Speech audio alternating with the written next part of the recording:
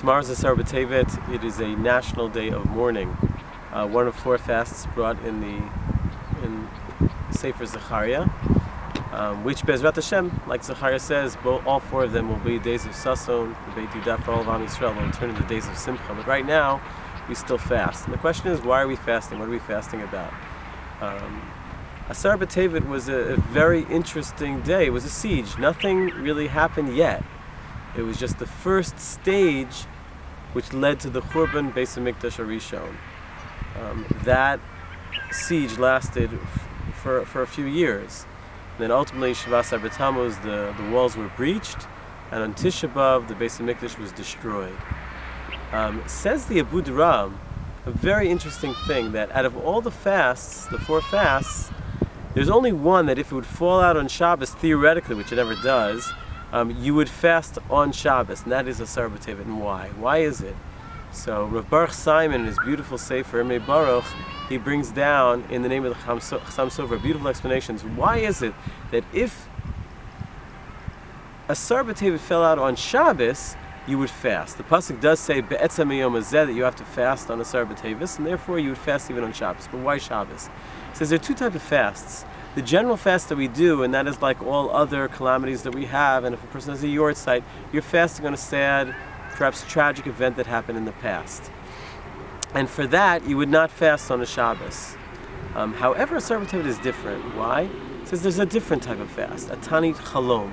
Tanit Chalom is when a person has a bad dream, a difficult dream, and he fasts because he wants to avert possible tragedy that will happen in the future.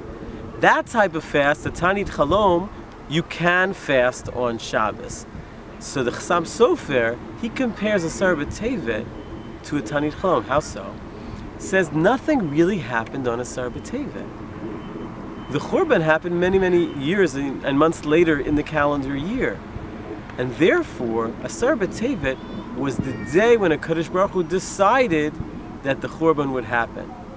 So that day is a day where we could fast and we could avert the tragedy.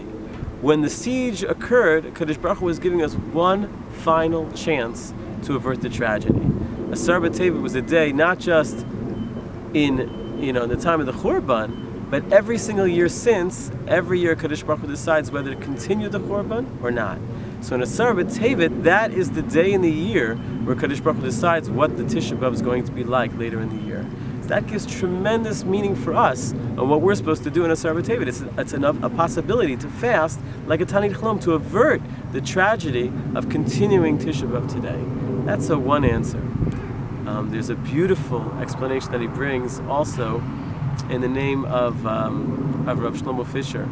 In his Beit Yishai, Rav Shlomo Fisher writes very beautifully. He says, every other fast we know, what happened beforehand. It was a tragic event that happened in the time of the Churban, but there was a previous event that happened before.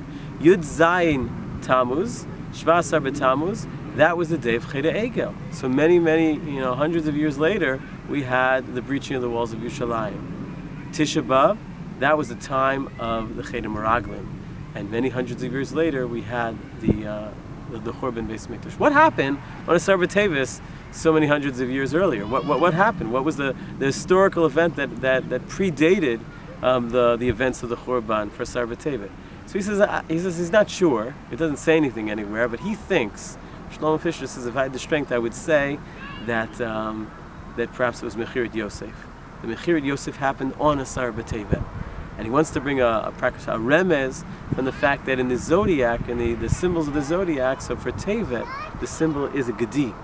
And the brothers, as we all know, they brought a Gedi to their father in the culmination of the Mechiras Yosef.